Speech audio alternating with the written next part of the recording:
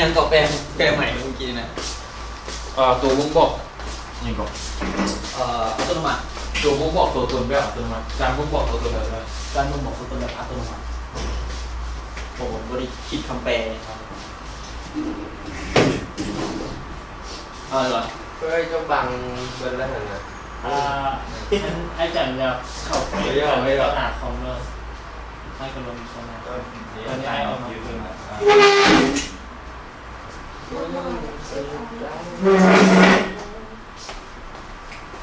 เอาเลยอ่ะ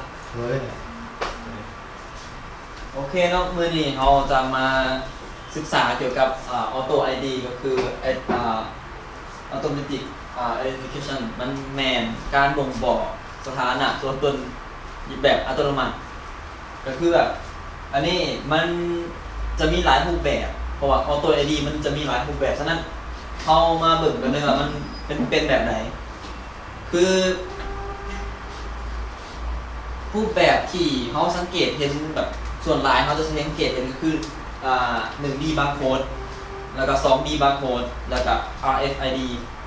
ซึ่งว่าแต่ละอย่างมันจะมีความแตกต่างกันหน่อยหลายสันใดเขาก็ไปเบิ่งกันเนาะแต่ว่าจุดหลักๆของมันก็คือแบบเรื่องพวกนี้เนาะมันสามารถเก็บข้อมูลบ่ว่าจะเป็น barcode เป็น RFID บ่หรือว่าเป็น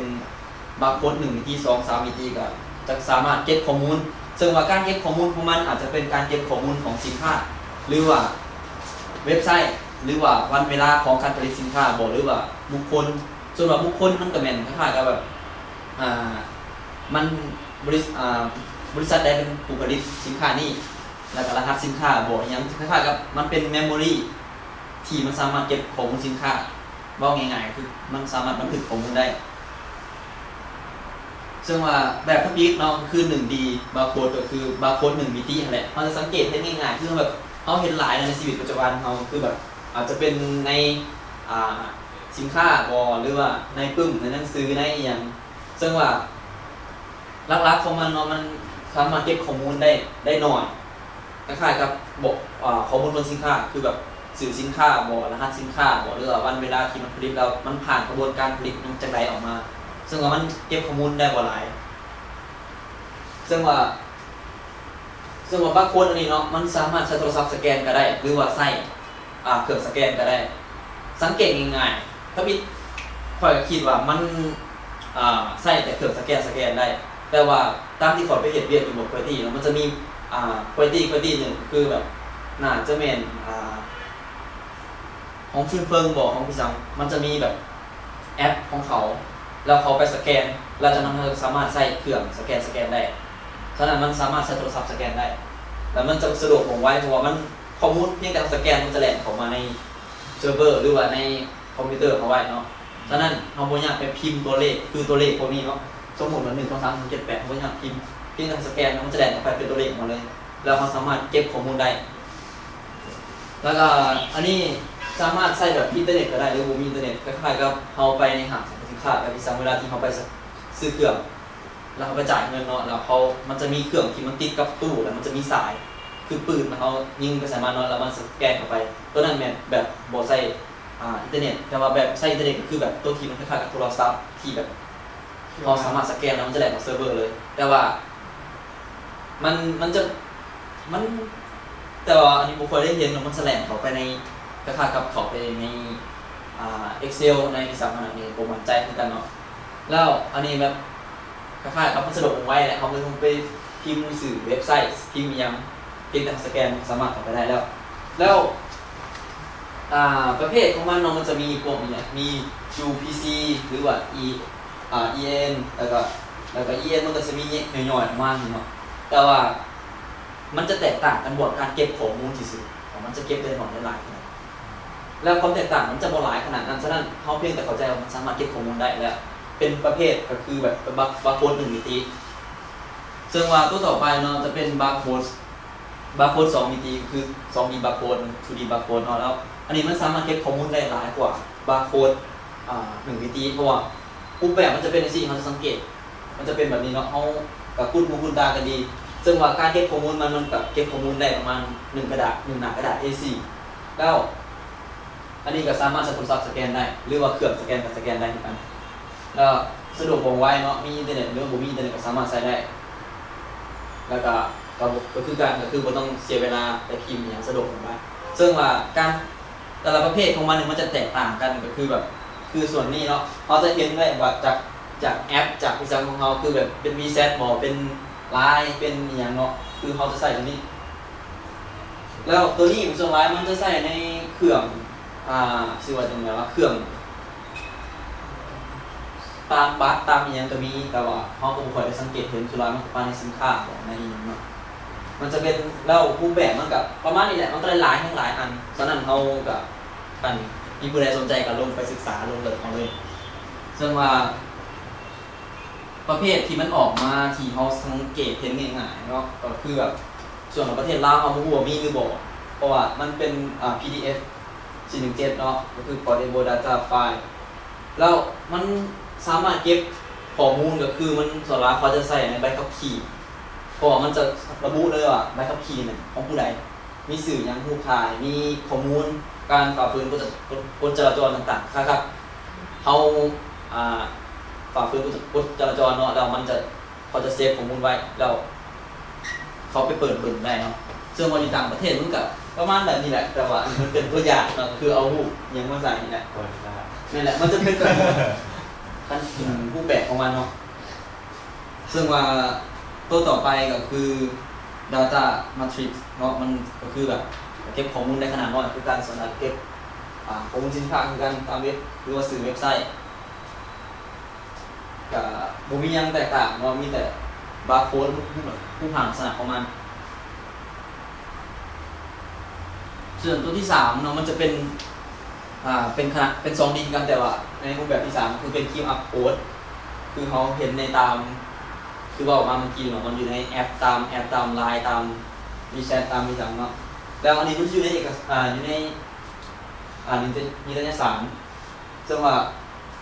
บางนิตยสารมันจะใส่ข้างหลังเลยว่าเวลาจะเข้าไปถอดเว็บไซต์อย่างของเขาหรือว่าข้อมูลนี้ของเขาสามารถสแกนแล้วมันจะกระโดดเข้าไปเลยมันจะแบบเข้าไปอย่างไวๆอย่างไวเลยส่วนร้านเขาสังเกตเห็นคือจีนมีWeChatมี Alipay มี LINE มี WhatsApp มีเว็บไซต์ต่างๆตามแมกกาซีนหรือมีอันนี้มันจะเป็นของ QR code นี่มันของญี่ปุ่นเป็นคนผลิตหรือว่าเป็นคนพัฒนาขึ้นมาเนาะแล้วส่วนรายปัจจุบันที่เขาใช้คือเป็นบาร์โค้ดที่มันเป็นEAN เนาะก็คือแบบเขาใส่กันอย่างหลายดวงหลายในคือใครคือแบบ60กว่าประเทศนั้นได้นำใช้แล้วสำนักงานใหญ่มันตั้งอยู่เบลเยียมเนาะส่วนประกันสมัครนี่ก็บ่มั่นใจเหมือนกันแต่ว่าตามกฎหมายว่าด้วยกฎรหัสคือภาษาลาวเขาเอิ้นว่ากฎรหัสเขาบ่ได้เอิ้นว่าบาร์โค้ดสลายเขาเอิ้นว่าเป็นกฎรหัสเลยแต่ว่าเขาลืมปากลืมอีหยังว่าบาร์โค้ดก็คือมันจะมีการสิว่าจังได๋วะห้องขอไปยังกระทรวงวิทยาศาสตร์และเทคโนโลยีเขาจะตรวจสอบอีหยังให้แต่ว่าลาวเฮาก็ใช้ระบบนี้เหมือนกัน GS1 แล้วคือคนไทยเนาะเขาสามารถสมัครได้เพียงแต่ว่าเขามีเอกสารมีคล้ายๆกับบริษัทของเขาหรือว่าสินค้าอย่างที่มันเอกสารมันจะมีหลายอันอยู่แล้วเวลาเขาส่งข้อมูลให้เขาแล้วเขาจะสามารถออกเลขบาร์โค้ดให้เขาได้ส่วนรหัสของบาร์โค้ดของเรานี่ก็เป็น855บ่มั่นใจคือกันเนาะอันนี้มุมข้อมูลตัวนี้บ่ค่อยมั่นใจเพราะว่าลาวในกฎหมายว่าด้วยอย่างคล้ายๆกับในกระทรวงวิทยาศาสตร์และเทคโนโลยีเนี่ยมันเข้าไปหาแล้วเขาบ่ได้บอกเลยว่าข้อมูลเอกสารข้อมูลบาร์โค้ดของเราเนี่ยรหัสประเทศของเรามันเป็นหยังแต่ว่าเบิ่งจากกาแฟดาวนะมันก็เป็น8หาก็คือรหัสก็เป็นของอาจจะเป็นของเราแล้วรหัส13ตัวหลักเนี่ยมันจะข้างหน้ามันจะบอกสื่อของประเทศหรือรหัสของประเทศเนี่ย8หาเนาะแล้วอันนี้อาจจะเป็นรหัสของบริษัทของเราแล้ว2อันนี้มันจะมีแบบชื่อว่าจังได๋วะกูติ้งมันหัวภาษาลาวเป็นชื่อว่าเนี่ยคือแบบบ่เปลี่ยนไป มันมีการเปลี่ยนแปลงคือแบบมันต้องเป็นตัวนี้แม่เขากำหนดให้แล้วอันนี้มันใช้ทั้งประเทศเราเนาะแล้วตัวนี้คล้ายๆกับเขากับ กำหนดออกให้ครับกันแล้วตัวนี้แม่นเราสามารถคิดเองได้แล้วเลขตัวสุดท้ายคือเลข7เลข7มันเป็นเลขตรวจสอบว่าบาร์โค้ดนี่ถูกหรือบ่ซึ่งมันจะมีการคิดหลายแต่ว่าก็บ่มั่นใจคือกันกับคือว่าวันเมื่อกี้นี้ว่ารหัสของเรามันแม่น885แน่นอน 100% หรือบ่อันนี้บ่มั่นใจคือกันเนาะแต่ว่าอันนี้เป็นตัวอย่างที่เอามาจากเฟซเอาซึ่งว่าการคิดไหลของมันจะไหลแบบว่ามันถูกหรือบ่ถ้ามันถ้าเราตัวเลขนี้มันผิดมันจะสแกนบ่ออกฉะนั้นเขาจะคิดไหลคือการเอาตัวเลขที่เริ่มนึงก็คือ13135ที่3เนาะมันก็ไหลไปก็คือแบบตัวนี้เนาะเอามาบวกกันแล้วมันจะออกคือตัวนี้เนาะเป็นตัวอย่างคือออก16แล้วจากนั้นเอาตัวเลขคูณคือตัวเลขแบบตำแหน่งที่2นะที่2ที่4ที่6บอกเอามาบวกกันคือกันแล้วออก30แล้วเอา30ไปคูณกับ3มันจะออก90แล้วเอา90ตัวเลขตัวนี้เนาะไม่บวกกับ16นี้แล้วมันจะออก116แล้วการคิดไหลตัวนี้มันต้องคิดขึ้นมาเองว่ามันเป็นเลขหยังแล้วมาเอาเบิ่งสังเกตว่าเลขหยังเป็นเลขคู่ที่หารให้10ขาดตัวก็คือสมมุติ100เนาะ100มันหารให้10ขาดตัวคือก็ออก10คือกันเนาะฉะนั้นเขาบ่เอาเลขที่มันต่ำกว่าเขาบ่เอา110เขาบ่เอา110เขาเอา120เขาต้องเอาเลขที่สูงกว่าขึ้นไปซึ่งมันขาดเลยแม่นแต่ว่ามันใกล้เคียง166ที่สุดฉะนั้นเขาเอาตัวนี้แล้วลบกันแล้วมันจะออกเลข4สังเกตเลยมันจะเป็นเลข4หมดแสดงว่าถูกฉะนั้นมันสามารถสแกนออกได้คือการคิดหลักของมันแต่อันนี้แม่นตัวต่อมาเป็นบาร์โค้ดที่หมู่ของข้าพเจ้าเป็นคนเพราะว่าเราเขียนหนังสือเกี่ยวกับคิดบวกยังบ่ยังกับบ่มั่นใจสื่อหนังสือแล้วเนาะผมบ่ได้อ่านเนาะนี่แม่นรหัสเราว่า ISBN ก็คือรหัสหนังสือที่เขาใส่ทั่วโลกเลยมันเป็น978นี่อันนี้มันต้องแน่นอนละต้องใช้รหัสเดียวกันแล้วมันจะเป็นแบบนี้เนาะแล้วเราสามารถปรับแต่งได้แล้วเราสาธิตวิธีการเฮ็ดบาร์โค้ด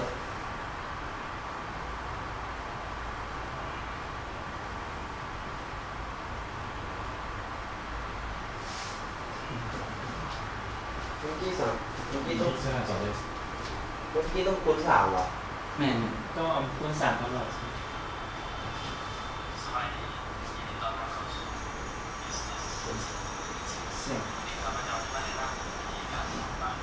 ซึ่งมันตัวเลขนี้แม่นสมมุติแห่งชาติเป็นคนออกให้ แปลว่ามันทัดเสียงดี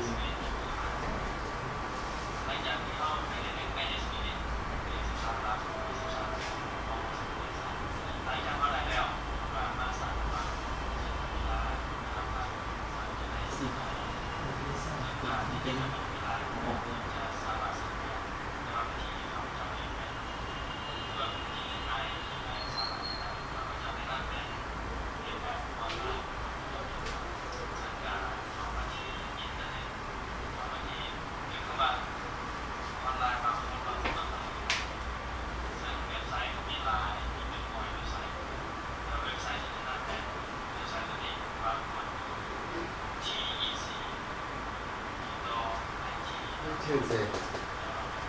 แล้วก็ชื่อกันแล้วสุดท้ายผม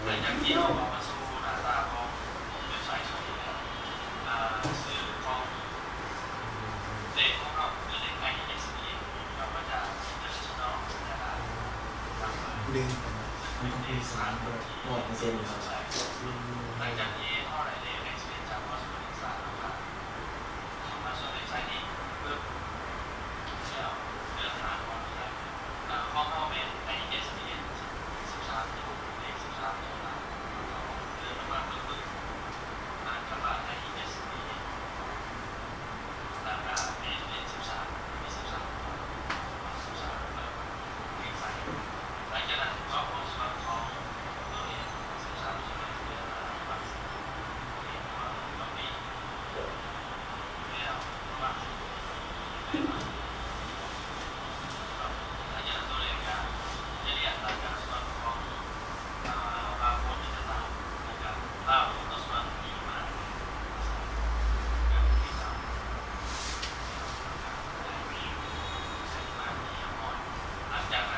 ก็ได้ออกนอกเลย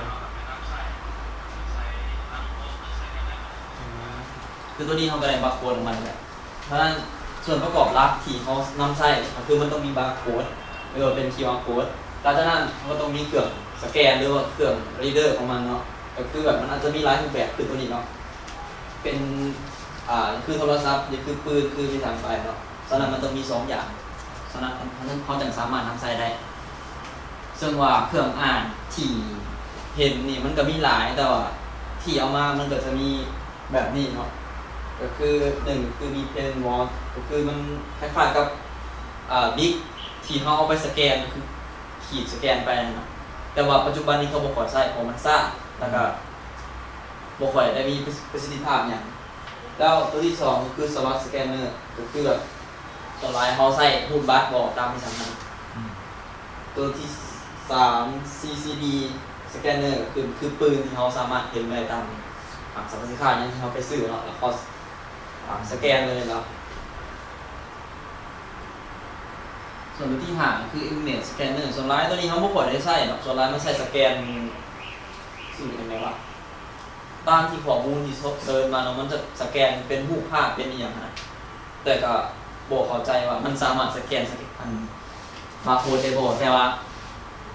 ประเภทมันออกมาเป็นแบบนี้เนาะเราตัวที่5คือ Laser Scanner คือเขาจะเห็นมันอยู่ในโต๊ะหรอกซึ่งมารูปแบบตัวนี้เนี่ยเขาสังเกตเห็นเลยว่าคือยูโรช่างคือมันจะเป็นโตเนาะแล้วเขาจับมาสแกนอันนี้มันไวซึ่งว่าตัวนี้มันสามารถอ่านข้อมูลได้แบบบอกว่าจะปิ่นทางใดก็ได้มันสามารถอ่านได้แบบ100%เลยแล้วก็คือสมมุติว่าเป็นเครื่องสแกนที่แบบคือแบบโทรศัพท์เป็นอันนั้นก็อ่านได้ซึ่งว่าการอ่านของมันก็ซับซ้อนมันอาจจะอ่านซ้ายไปขวาอ่านขวาไปซ้ายแต่ว่าตัวนี้มันสามารถอ่านได้แบบเอาสิจับจะได้ก็ได้เพราะแต่ว่าเส้นเลเซอร์นี่มันไปถือกับบาร์โค้ดซึ่งว่าเส้นเลเซอร์นี่จุดกำเนิดของมันมีจุดเดียวคือเส้นเดียวจุดกำเนิดจุดเดียวซึ่งว่ามันมีหลายเส้นเนาะมันมีกระจกหรือว่ามีแหวนนะครับเนาะเรามันสะท้อนไปฉะนั้นมันจะมีประสิทธิภาพในการสแกนในการอ่านหรือว่าแบบนั่นกับแมนคือกันแบบเป็นเลเซอร์คือกันแต่ว่าอันนั้นมันจะติดโต๊ะคือกันแต่ว่ามันจะเป็นตั้งขึ้นมาแต่ว่าตัวนี้มันจะอยู่ในโต๊ะเลยส่วนว่าที่เครื่องสแกนที่หมักใส่คือแบบในระบบโลจิสติกเนาะเขาจะใช้แบบประเภทนี้คืออยู่บนปกติที่บนประเทศเนาะจะใช้แบบนี้มันสะดวกสบายเพราะแต่เขามีอินเทอร์เน็ตแล้วเขาสามารถจับไปใส่ก็ได้ซึ่งว่ามันสามารถกวดข้อมูลกวดอย่างไรเขาสามารถเขียนข้อมูลลงได้โดยการใส่เครื่องนี้สแกนลงไปเนาะประเภทที่3ของตัว ID ก็คือ RFID คือ Radio Frequency Identification คือแบบแผ่นโลหะขึ้นความถี่อยู่ใช่มันเป็นแผ่นโลหะนะแผ่นทองที่มันสามารถอ่านข้อมูลได้และสามารถเซฟข้อมูลลงได้ซึ่งว่ามันสามารถเก็บข้อมูลได้ประมาณหนังสือ1 เล่มก็คือหลายเป็นนะสะดวกว่องไวเนาะใช้ขึ้นวิทยุจะอ่านโดยการที่เขาสัมผัสก็ได้ถ้ากับมันอยู่ไกลเขาสามารถอ่านได้ซึ่งว่าการอ่านของมันส่วนใหญ่เขาจะใช้สมมุติมันอยู่ไกลเนาะมันจะมีใช้สายแลนนะในการอ่านแล้วซึ่งว่าเครื่องอ่านพวกเป็นเครื่องอ่านอุปกรณ์ตัวนี้เนาะมันจะสามารถส่งข้อมูลไปหาเครื่องอ่านได้โดยตรงฉะนั้นมันต้องผ่านสายแลนในบางประเภทแล้วมันจะส่งข้อมูลไปตามสายแลนแล้วมันจะเข้าเครื่องสแกนเครื่องอ่านจากนั้นเครื่องอ่านจะส่งข้อมูลไปในเซิร์ฟเวอร์ในคอมพิวเตอร์ของเราซึ่งว่าอันนี้มันสามารถฟังไว้ใต้ผิวหนังบนเขาได้คือแบบปัจจุบันนี้เขาใส่คือแบบบัตรนักศึกษาก็มีแต่ว่าเขาบริสังเกตมันอยู่ในเนาะรูปแบบมันจะเป็นสัญลักษณ์แบบนี้ฮะแต่ว่าในบัตรนักศึกษาเขาไม่มีมันฝังไว้อยู่ในเลยแล้วก็ใช้คีย์การ์ดต่างๆสมาร์ทการ์ดต่างๆเครดิตการ์ดบอลที่เขาสามารถคล้ายๆกับเขาไป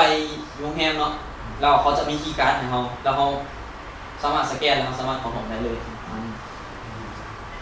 ในบัตรที่เขียนก็มีเลยแต่ว่าเขาเคยมาจีบมาอย่างเงี้ยมันอาจจะคือว่ามันน้อยมันบางๆมันสามารถที่จะได้ส่วนประกอบของ RFID ก็คือมันต้องมี reader หรือว่า receiver แล้วก็มี tag หรือว่า responder คือตัวนี้มันเป็นเครื่องอ่านตัวนี้มันคล้ายๆกับเป็นอุปกรณ์ที่มันสามารถเก็บตัวนี้ได้คล้ายๆกับอันนี้เปรียบเทียบคือแบบบันทึกษาเขาเป็นเครื่องอ่านอันนี้เป็นเขาเป็นยูสื่อถาม หรือว่าบอลเขาไปสั่งรถเขาโพสไปแล้วมันจะเก็บมันจะตัดเงินไปเลยนะมันจะเป็นประเภทนี้เนาะซึ่งว่ารูปแบบของตัวนี้นะรูปแบบของเศษตัวนี้มันก็มีหลายรูปแบบเหมือนกันแล้วรูปแบบของ RFID เนี่ยมันจะมี Active แล้วก็มี Passive คือ Active มันสามารถปล่อยขึ้นหรือหิวเองได้คือ Active มันทำงานนะแล้วมันจะมีแบตเตอรี่ติดแต่ว่าระยะการทำงานของมันก็คือแบบ300 ฟุตก็คือไกลโดยบ่สามารถสัมผัสสามารถเห็นได้ก็คือแบบมันคือว่าเมื่อกี้นี้มันเห็นทำงานผ่านสายแลนนะแล้ว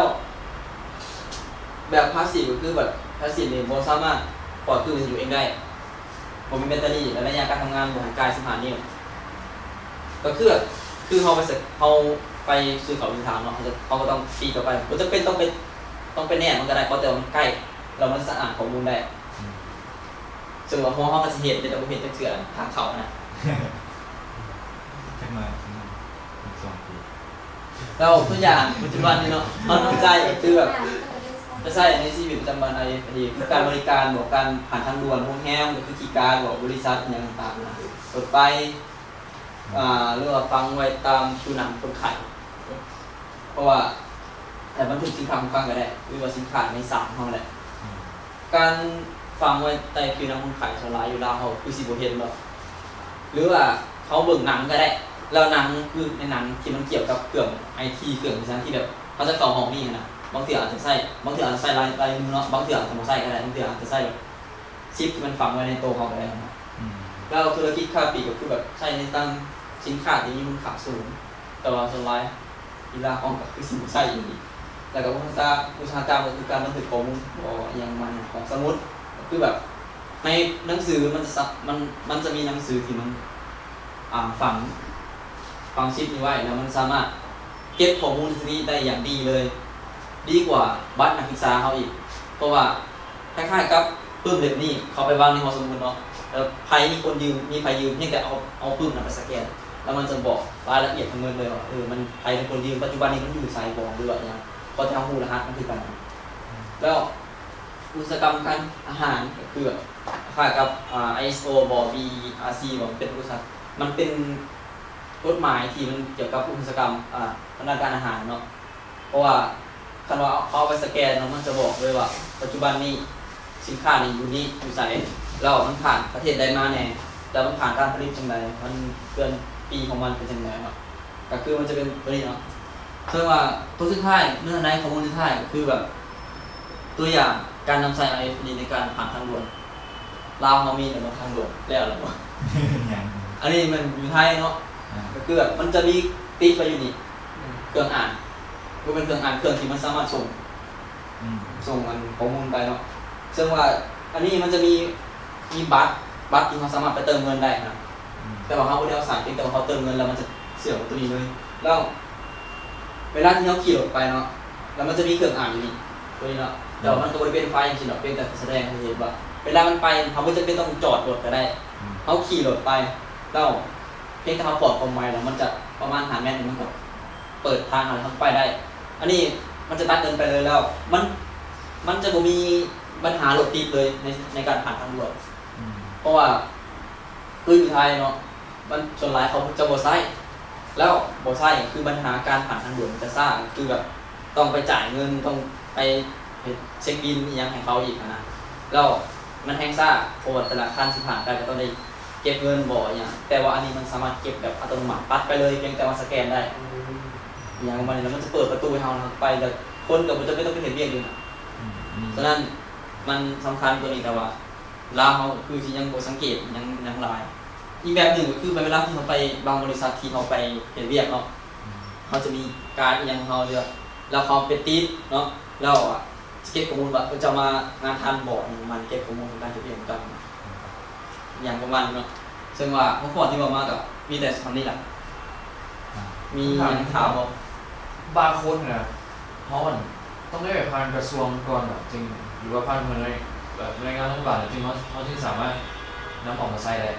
ตามที่อ่านกฎหมายของเนาะเทคโนโลยีและวิทยาศาสตร์บอกยังนะมันบอกว่าสามารถห้องขอไปในนามแบบกระทรวงเทคโนโลยีและวิทยาศาสตร์ของแขวงหรือเมืองได้ แต่ว่าประเทศลาวเฮามันมีทุกเมืองทุกแปลงคิดว่าจะบ่มี อันนั้นเป็นของไทยที่กฎหมายนะ ของเรา ของ เพราะ เรา ของเรามีคือกฎหมายว่าเลยกฎรหัสอิหยังอะไรแต่ว่ามันต้องได้ยื่นไปห้องขอมันจะมีลิสต์ของมันมีประมาณ10รายการแบบมันมีใบหยังของบ่จือ ขั้นสั้นเขาหมายความว่าเขาคนปกติเชียร์เป็นบาร์โค้ดออกมาเองบ่ได้ เมื่อพอ มั ผ่าน มีรหัสตัว ISBN เมื่อกี้นี่เขาเป็นได้มาจากไหนครับ ISBN เป็นพอสมุดแห่งชาติเอาให้ส่วนว่า ISBN ทั้งเลขข้างหน้าเนาะมันจะเป็นอันเดียวกันเลยใช่ป่ะ ISBN เป็นสำหรับปึ้งด้วยเนาะ แม่นสำหรับปึ้ง สำหรับเพิ่มสินค้า สำหรับปึ้งคือตัวนี้เนาะเลขข้างหน้าจะคือกันเลยเลขข้างหลังอาจจะเป็นเลขของบริษัทเลขของประเทศบอกอย่างนั้นนะก็อันนี้มันอาจจะเป็นผมซิมบอเป็นบริษัทอันนี้เป็นเลขทดสอบอันนี้เป็นของตัวเลขของคนของผู้ที่จะเขียนปึ้งมาแหละของปึ้ง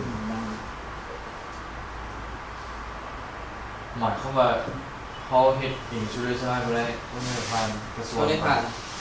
เพราะแต่ว่าเขามีตัวเลขสามารถเห็นเป็นอันนี้ได้เลยคือที่ แต่ ว่า ว่าอันตัวเฮ็ดตัวในเว็บไซต์มันสิได้เธออ่านเบิ่งทรงพิธีซ่ามีแบบใบกันหั่นบ่ปิ้งมาบูแบบอันเดียว บอกตัวนี้เพียงแต่เขาเห็นออกมาสินะถ้าเขาได้ตัวเลขมาเนาะ อ่า เพียงแต่เขาก๊อปตัวเลขไปแล้วมันไปไปเพสอยู่ในเว็บไซต์เนาะแล้วมันจะแป๊กออกมาเลยนะแต่นั้นก็ดาวน์โหลดมา แต่ว่าเฮ็ดได้พร้อมกันบ่แบบ10เทื่อโตะ10เทื่อพร้อมกันแบบ10เทื่อนึงเฮ็ดออกมา10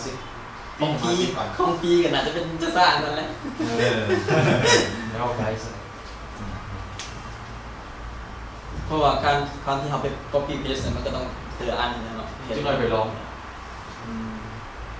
ต้องได้ไปขอเลขมันก่อน ขอเลขก่อน มีอยู่เลยดาวน์โหลดมาอยู่ ขั้นไปขอเลขอันนี้เขาเราไปขอเป็นบุคคลตัวผู้เขียนปึ้งนี่นะมันบอกเราไปขอเป็นบุคคลก่อนเราก็ได้เราเขียนปึ้งเหมือนไม่เราอ่ะต้องผ่านสำนักพิมพ์ แม่มี โอ้ ส่ง โหก่อน มี เขาต้องเป็นที่เขาต้องเป็นที่บุคคลอย่างเดียวถึงจะขอได้ แต่เราก็เป็นผ่าส่ง แต่ว่าเราต่อยผ่านสำนักพิมพ์ ก็แม่ ต้องมีสำนักพิมพ์นี่เหรอ แม่ต้องมี หมายว่าเราผ่านสำนักพิมพ์แบบไปขออันนี้ มีสำนักพิมพ์อุดหนุนนั่นมันแหละครับถ้ากับแบบสำนักพิมพ์ก็บอกว่ามันก็มีเอกสารยังไงแบบปึ้งดีโอเคแบบสามารถออกยังประมาณแบบขอห้องขอไปให้ออกนะ บุคคลธรรมดาออกมาเขาไม่ได้ คิดว่าน่าจะก็ได้ต้องมีแนว ต้องมี ต้องยืน มาตรฐานอันนี้แม่นพวกตอนช่วงที่เราพักแรกเมื่อกี้นะแต่พวกอันนี้ว่าไม่รู้ว่าขอร้องเลยนะก็เจ้าเอิ้นให้ทีมเราไปที่วิดีโอเกี่ยวกับกลุ่มมาตรฐานซึ่งกลุ่มมาตรฐานมันให้เกี่ยวกับออกโค้ดนี่แหละไม่ถ้าใครต้องการอยากขายสินค้าของตัวเองบ้างต้องเอาสินค้ามาวัดคุณภาพวัดกลุ่มมาตรฐานเวลาเนี้ยเราจะนายกสิเอาที่ว่าคนทำ บุคคลก็สามารถขอได้ บุคคลขอได้ แต่มันต้องมีอย่างของต้องมีแนวห้องหับไปคันที่จะไปขอเองก็บ่ได้เพราะมันต้องมีบริษัทยังห้องหับคือมันบอกว่า คันนี้บริษัทน้องครับก็หมายความว่าเป็นนิติบุคคลขอ ลาว ตัดเลย มันหลา เล่นบอกอย่างนี้ คำตอบแท้ บุคคลอันดีบุคคลอะไรมันต้องมีประกอบด้วยเอกสารประเภทนี้ ทุกคนเนี่ย ที่บุคคลของบริษัท ส่วนตัวหลายผมเอาไปขอเอง ท่านไม่ค่อยเราเอาโปรแกรมเข้ามาเนาะเราบอกว่าจะเทสคิวอาร์โค้ดเพราะมันเทสให้ก็เห็นเลย มันต้องไม่ผ่านอย่างเรา แสดงว่าเป็นนายหน้าที่ เพราะว่าเราเป็นบริษัทขายโปรแกรมเราบอกเขาเทสคิวอาร์โค้ดแล้วก็แค่ซีเฮดมาให้แล้วก็ผู้ไปติดตัวผู้ไปมีสินค้าอย่างจริงเลย แล้วตัวเลขเราเอามาจากไหน บอกมันต้องเขาจะเฮ็ดเรียกกันเป็นสิช่วงนี้มันมีระบบมันมีบริษัทที่เราจัดการบาร์โค้ดแต่ว่าบาร์โค้ดทุกสินค้าที่เราติดบาร์โค้ดที่สมมติผ่านบริษัทซอฟต์แวร์แบบบูใช่ไหมทุกสินค้าของบริษัทที่ว่าติดบาร์โค้ดของบูแม่นบริษัทซอฟต์แวร์ของนั้นของผู้ที่ว่าdevelop ผู้ที่พัฒนาซอฟต์แวร์ให้บูนะดูควบคุมบาร์โค้ดของบูทั้งหมดเราจะรู้สินค้าของบูทั้งหมด แต่ว่าตัวเลขของประเทศรหัสยังประเทศก็ต้องได้ ๆ อี เป็น ดาว พระเจ้า ที่เขาอ เป็ อน ก ข ไป องเจ้าหมายความ